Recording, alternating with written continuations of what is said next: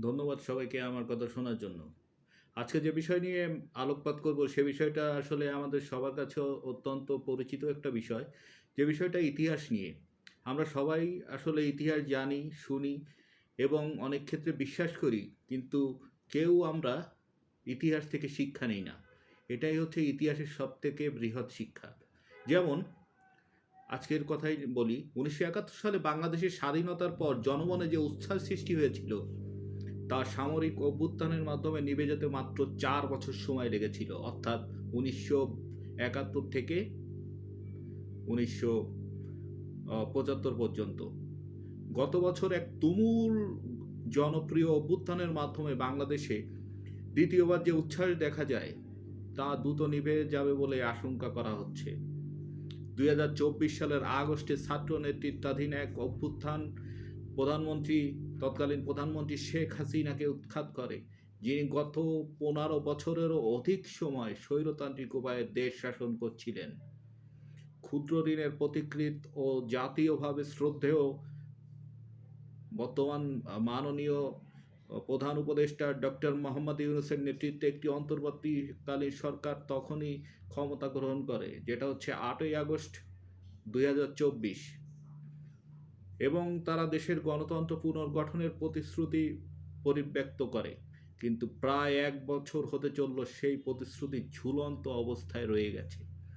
সত্যি বলতে কি, ডক্টর ইউনূস ও তার সরকার অত্যন্ত জটিল এবং দুরূহ দায়িত্ব দেওয়া হয়েছিল তাদের। বছরের পর বছর চলতে থাকা দুঃশাসন গণতান্ত্রিক প্রতিষ্ঠানগুলোকে ভয়াবহভাবে ভঙ্গুর করে তুলেছিল।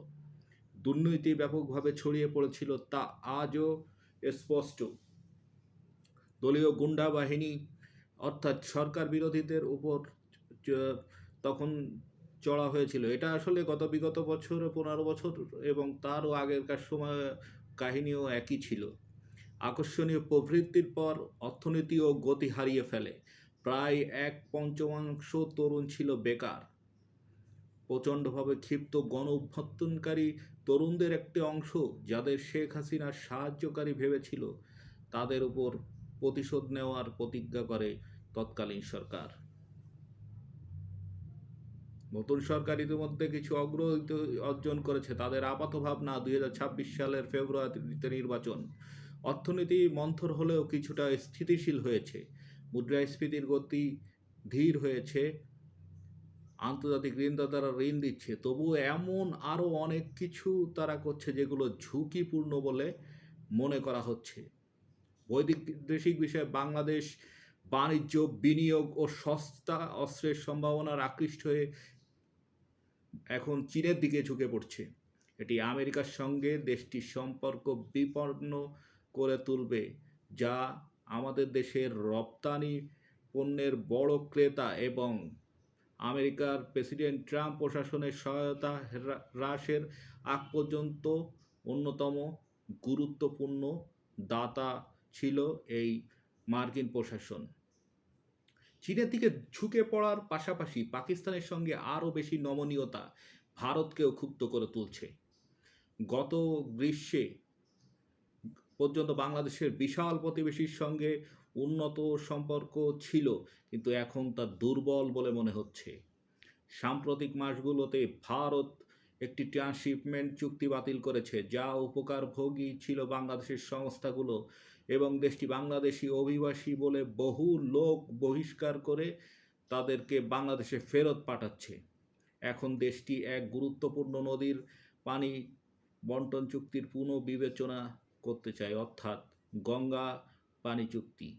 অর্থাৎ আমাদের পদ্মায় যে পানি প্রবাহিত হয় ভারতের সাথে, সেই ১৯৯৬ সালের ২রা অক্টোবর যে চুক্তি স্বাক্ষরিত হয়েছিল, সেই পানি চুক্তি নবায়নের জন্য ২০২৬ সালে যেটি মেয়াদ শেষ হবে, সে বিষয়ে বর্তমান সরকার ভারতীয় সরকারের সাথে আলোচনা করলেও কতটুকু ফলপ্রসূ হবে এ নিয়ে সন্দেহ দেখা দিয়েছে। ডক্টর ইউনূসের সময়ে গুরুত্বপূর্ণ কাজ হলো বাংলাদেশের রাজনীতির পুনর্গঠন। এর অর্থ হলো দেশের বিবাদমান দলগুলোকে নির্বাচনের জন্য নতুন নিয়মে একমত হতে রাজি করানো। এর বাইরেও রয়েছে অনেক কিছু। তবে এমন লক্ষণও দেখা যাচ্ছে রাজনীতিবিদদের এই প্রক্রিয়ায় ধৈর্যচ্যুতি হয়েছে। রাজনৈতিক মতবিরোধ রাস্তায় প্রকাশ পাচ্ছে। শেখ হাসিনার দল আওয়ামী লীগকে 2018 সালে নির্বাচনের ফল পক্ষ নিতে সাহায্য করার অভিযোগে একদল মব জুনের মাঝামাঝি সময়ে সাবেক প্রধান নির্বাচন কমিশনারের উপর অতর্কিত হামলা করেছে। মে মাসে অন্তর্বর্তী প্রশাসন একটি বড় ভুল পদক্ষেপ নিয়েছে বলে মনে করছে সংশ্লিষ্ট রাজনৈতিক বিভিন্ন মহল। দেশীয় বিষয় এবং বিদেশি আন্তর্জাতিক মহলও এ বিষয়ে অবহিত। তারা আওয়ামী লীগকে রাজনীতি থেকে নিষিদ্ধ করে, ফলে বাংলাদেশ আগামী বছর অনুষ্ঠেয় নির্বাচনে অংশ নিতে পারবে না দলটি। আদালতে যথাযথভাবে এই দলের নেতাকর্মীদের বিরুদ্ধে ক্ষমতায় থাকাকালীন অপরাধের জন্য বিচারের আয়োজন চলছে, কিন্তু কিছুদিন আগেও আশা ছিল বিভিন্ন পর্যায়ের নেতাকর্মীদের দলটির তৎপরতা পুনরুজ্জীবিত করার সুযোগ দেওয়া হবে। সন্ত্রাস বিরোধী আইন সংশোধন করে যে আদেশের মাধ্যমে দলটিকে নিষিদ্ধ করা হয়েছে, আইনগত দিক থেকে তা আসলে অনেকখানি প্রশ্নবিদ্ধ। এতে বাংলাদেশি রাজনীতিবিদরা দীর্ঘদিন ধরে তাদের বিরোধীদের দমন করার জন্য যে নোংরা কৌশল ব্যবহার করে আসছেন, তারই একটা খারাপ প্রতিফলন রয়েছে। এটি বাংলাদেশকে আবারও প্রতিশোধের চক্রের দিকে ঠেলে দেওয়ার ঝুঁকিতে ফেলেছে। যেখানে যে পদে থাকুক না কেন, প্রতিদ্বন্দ্বীদের দমন করার জন্য তাদের ক্ষমতা ব্যবহার করা এদেশের যেন একটা নিয়মে পরিণত হয়েছে। বাংলাদেশের নেতাদের উচিত আওয়ামী লীগের উপর থেকে নিষেধাজ্ঞা তুলে নেওয়া এবং দলটিকে একটি সুস্থ নির্বাচনে প্রতিদ্বন্দ্বিতা করতে দেওয়া। অনেক নাগরিকের কাছে একটি বিষাদ লাগতে পারে, কিন্তু বাংলাদেশের প্রাচীনতম দলটির সবাই কলঙ্কিত নয়, এটাও মনে রাখতে হবে। দলটি এখনও সংখ্যালঘু গোষ্ঠী সহ যথেষ্ট সংখ্যক মানুষের সমর্থন পায়। বছরের পর বছর ধরে অস্বচ্ছ নির্বাচনের পর এই ভোটাররা যাকে খুশি তার পক্ষে সিল মারার অধিকার তো অবশ্যই রাখে। তারা যদি মনে করে যে আওয়ামী লীগকে তারা প্রতিহত করবে, তাদের অনাচার দুরাচার যা কিছু হয়েছে তাদেরকে প্রতিশোধ নেয়ার বা প্রতিবাদ জানানোর ভাষা হওয়া উচিত ব্যালটের ভাষায়। সুতরাং তাদের জনগণকে তাদের মত প্রকাশ করার জন্য প্রকৃত মতামত প্রকাশের স্বাধীনতা দেওয়া উচিত বলে আমি মনে করি। এ মুহূর্তে স্বাধীনভাবে প্রচারণা চালানোর অনুমতি দিলেও নির্বাচনে যে আওয়ামী লীগ জিততে যথেষ্ট পরিমাণ সিটে জিততে পারবে না সে বিষয়ে আসলে বলাই যায়, কিন্তু সংসদে এই দলের উপস্থিতি বিরোধী শিবিরকে আরও শক্তিশালী করতে পারে, যা বিজয়ীদের সতর্ক থাকতে বাধ্য করবে। নতুন বন্দোবস্ত গড়ে তোলার জন্য প্রতিশোধ নয়, সমঝোতা প্রয়োজন। এই কথা যেমন আমার মতো সাধারণ মানুষ বলছে, অনেক রাজনৈতিক বোদ্ধারাও বলছে, এমনকি যারা প্রবীণ প্রাজ্ঞ রাজনীতি সচেতন মানুষ তারা এ বিষয়ে অবহিত।